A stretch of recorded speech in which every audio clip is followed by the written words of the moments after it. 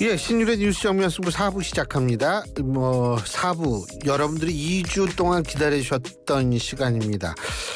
우리나라 대표적인 아주 우리나라에서 가장 날카로운 정치 분석을 하시는 유승찬 정치 컨설턴트와 함께하는 유승찬의 콕인데요. 지금 스튜디오에 나와 계십니다. 어서 오십시오. 네, 안녕하세요. 네.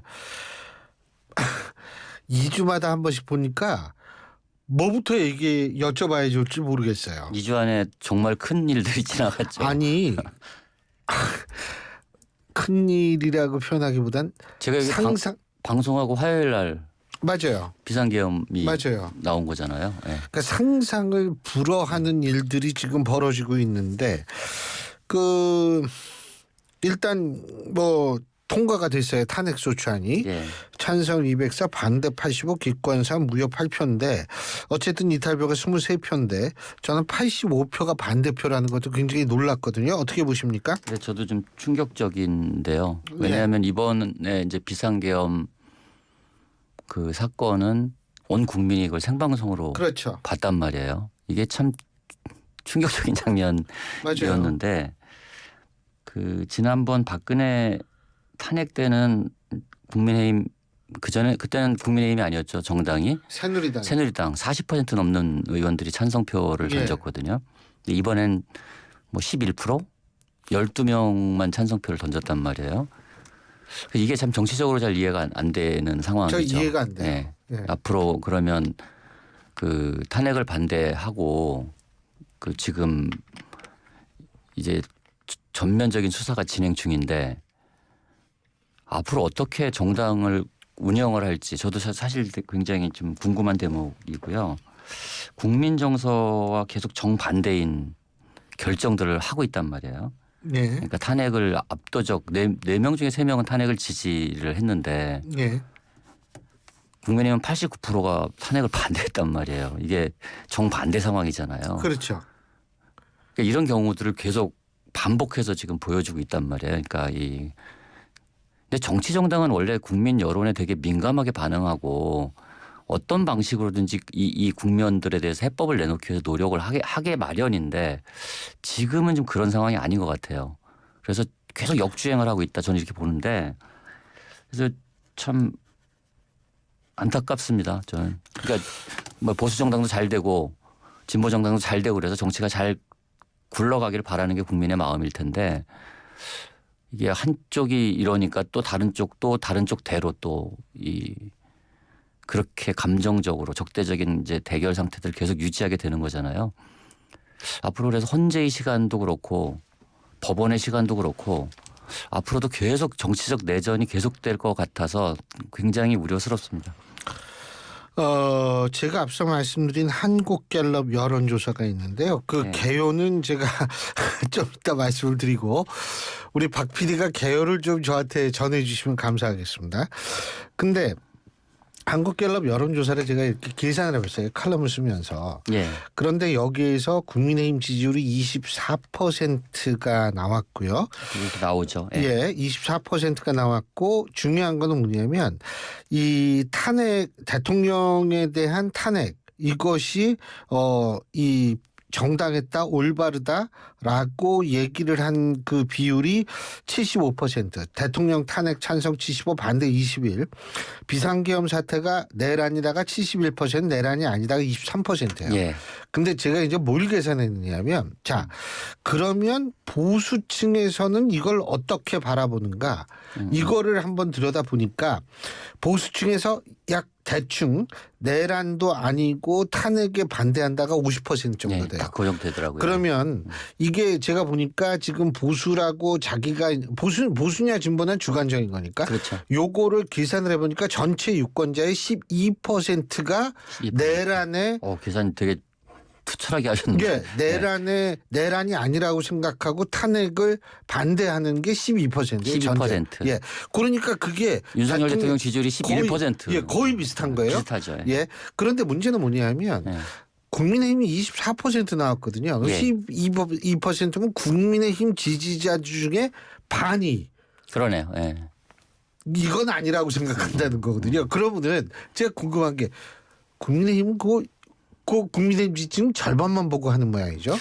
언제부턴가 그렇게 강성 지지층만 바라보고 이게 이제 이 정치를 하는 행태들이 이게 진영 정치가 계속 과열되면서 특히 더 저는 그걸 뭐라고 보냐면 이제 뭐 그 우리 윤석열 대통령도 그런 얘기들이 나오지만 보수 강성 유튜브를 보면서 정치를 하는 분들이 굉장히 많아졌어요. 아니 물론 뭐 그 민주당 쪽도 뭐 그 김어준 TV라 그 유튜브라든가 이걸 보고 이제 정치를 하시는 분들이 굉장히 많아졌는데 그래서 유튜브 정치가 그 진영 대결 정치를 훨씬 격화시키고 있다.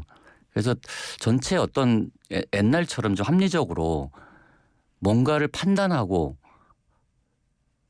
협의하고 합의할 수 있는 기제들이 다 사라진 거예요. 그러니까 굉장히 적대적으로 더 이제 가고 있다 이런 상황이고 저는 사실 국민의힘의 이번 결정을 어떻게 이런 결정을 가지고서 앞으로 어떻게 전국적인 선거를 할 수 있을지 본인들도 생각을 좀 해봐야 될 거잖아요. 아니 10명 중에 한 명이 결국은 본인들하고 거의 의사가 비슷한 건데 한 명만 가지고 어떻게 선거를 해요? 그러니까요. 10명 중에 한 명. 박근혜 대통령 탄핵 때는 그래도 40%가 넘는 분들이 맞아요. 탄핵에 찬성하면서 어쨌든 정치적 명분들을 가져갔던 거잖아요. 그리고 반성도 하고 사과도 하고 그랬습니다. 그때는.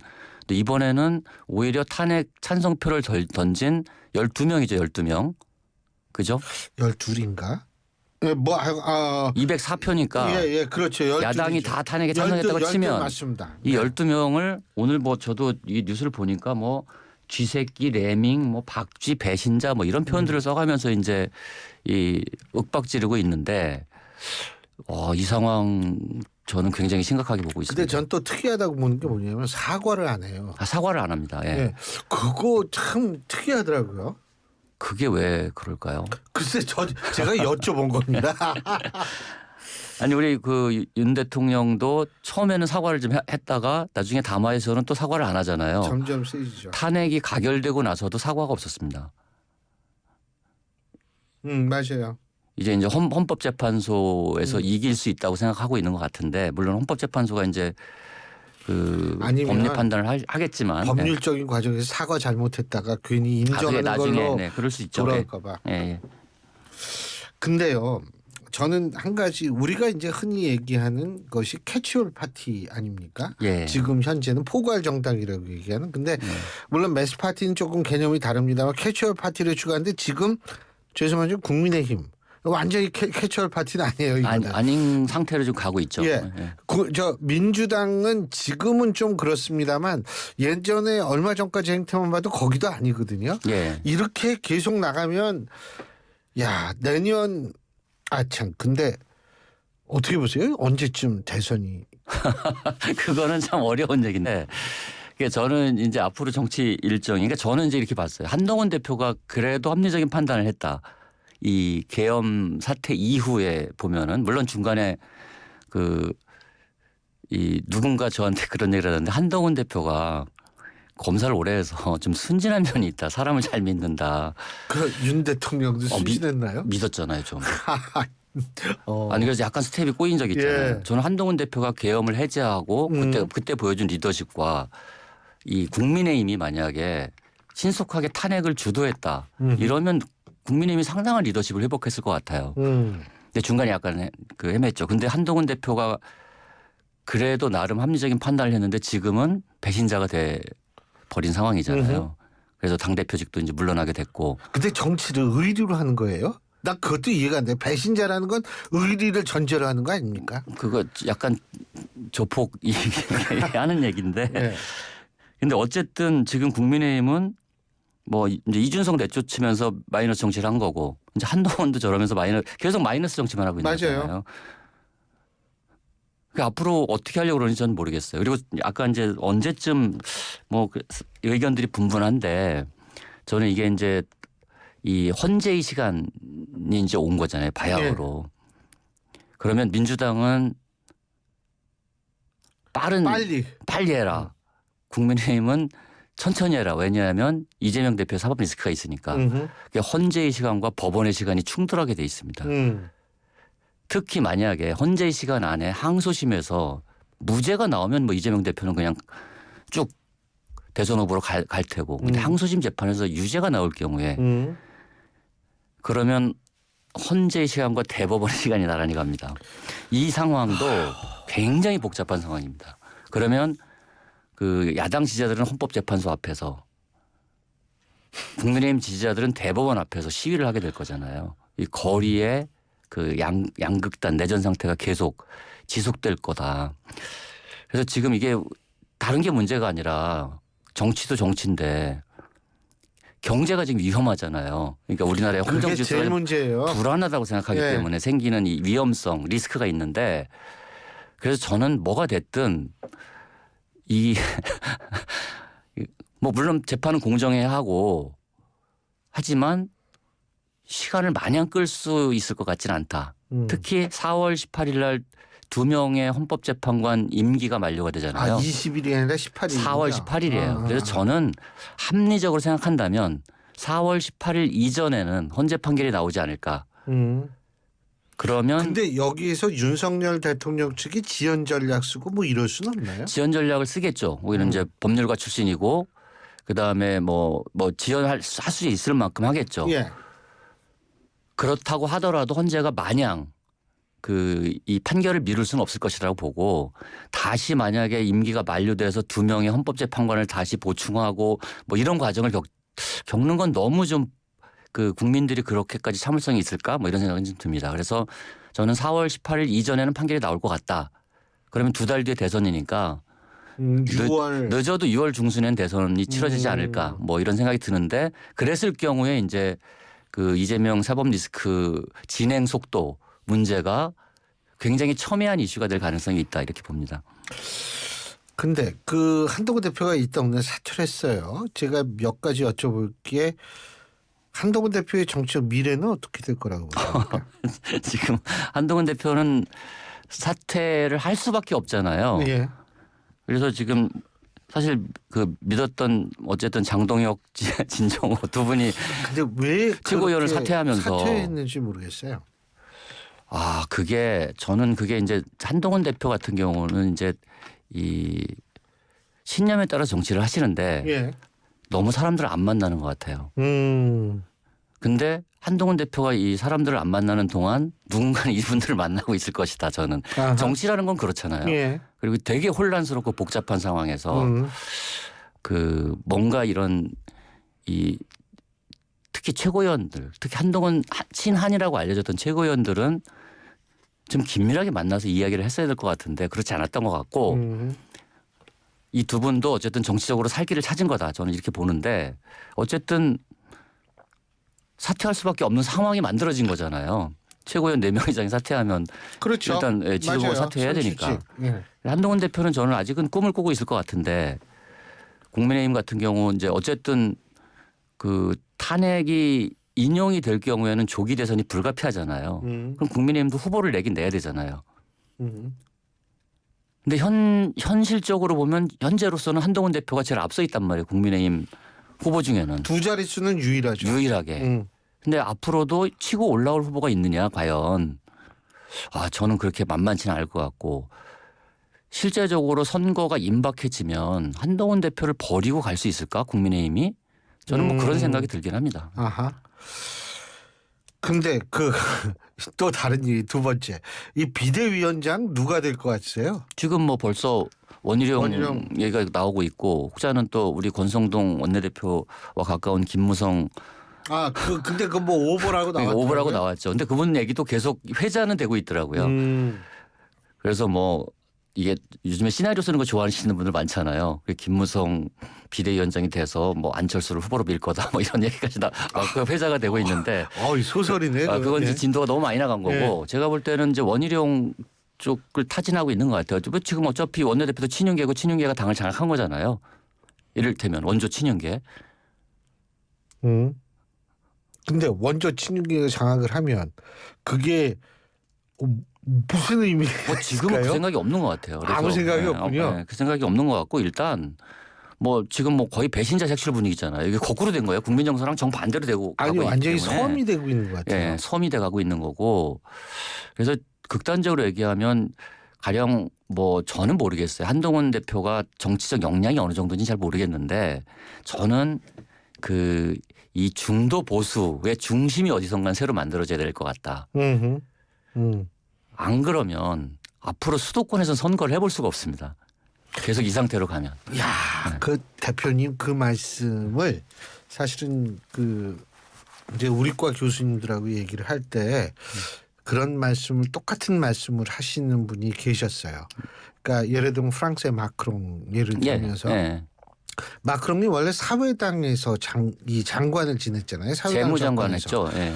그러다가 이제 앙마르슈라는 그게 처음엔 정당도 아니었어요. 정당도 아니죠. 모임이죠. 예.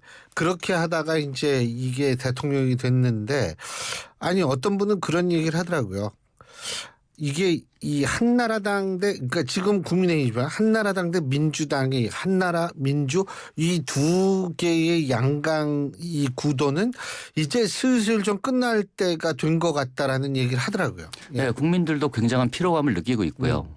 그리고 지금 국민의힘이 이번 과정에서 이 중도층을 난 다 잃어버렸다고 보거든요. 중도층을 다시 복원하기 굉장히 어려울 것 같아요. 지금 스탠스로는. 그러면 이 중도라는 큰 공간이 열려 있고 사실 뭐 이재명 대표도 중도 확장성은 좀 떨어지잖아요. 예. 그 진영 결집력은 굉장히 강하지만 그러면 이 빈 공간 중도라는 이 빈 공간에 누가 정치력을 발휘해서 그런 합리적인 구조를 가진 정당을 만들 거냐에 따라서 전통적인 양강 구도가 깨질 수도 있습니다. 그건 뭐 프랑스에서도 그랬고 영국에서도 그러지 않았습니까? 영국에서도 옛날에 그 자유당인가요? 함께 날아가지 않았습니까 그때? 예. 예. 그러면서 이제 노동당이 이 뭐 2당 1당 뭐 왔다 갔다 하면서 그 프랑스 그 영국 같은 경우도 집권을 하고 그랬었는데 한국도 이제 양당 체제에 대한 피로감, 그다음에 제왕적 대통령제에 대한 피로감 이런 것이 저는 일종의 임계점에 좀 왔다고 봅니다. 그래서 누군가 나서면 이 정치 변화, 근본적인 변화, 좀 담대한 상상력을 갖고 나서면 의외로 큰 폭으로 움직일 수도 있겠다 이런 느낌은 듭니다. 아, 근데 어쨌든 참 정말 이 상황을 어떻게 해석해야 되는지 저도 난감할 때가 많은데 예. 그 어쨌든 지금 같은 경우에 어떻게 보세요? 윤석열 대통령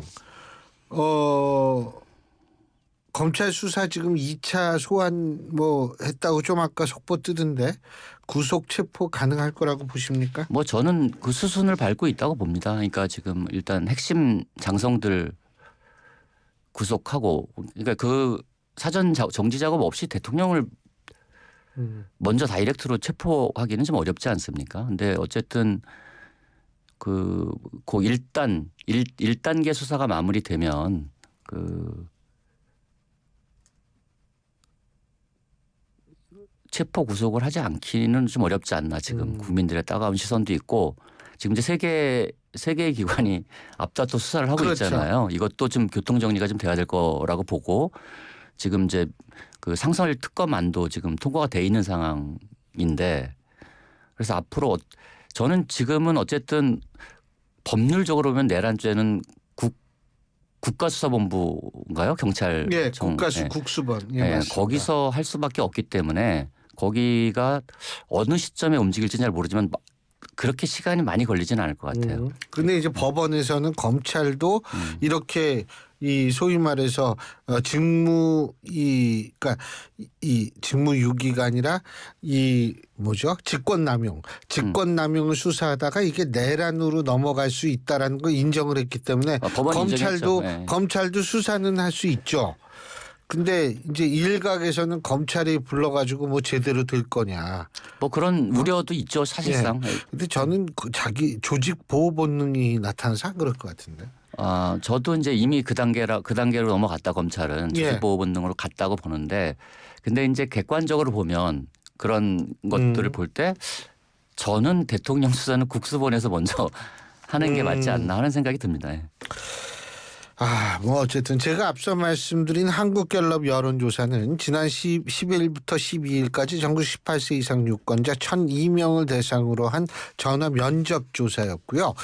한국갤럽 정례 자체 여론조사입니다. 자세한 내용은 중앙선거 여론조사심의위원회 홈페이지를 참조하시면 됩니다. 야, 근데 어쨌든 뭐 이 2주 후엔 또 뭔 얘기를 이렇게 대표님하고 하게 될지 모르겠어요. 뭐 이렇게 큰 사건은 안 터졌으면 좋겠습니다. 네. 맞습니다. 오늘 말씀 잘 들었습니다. 고맙습니다. 네, 고맙습니다. 예, 지금까지 유승찬 정책 컨설턴트였습니다.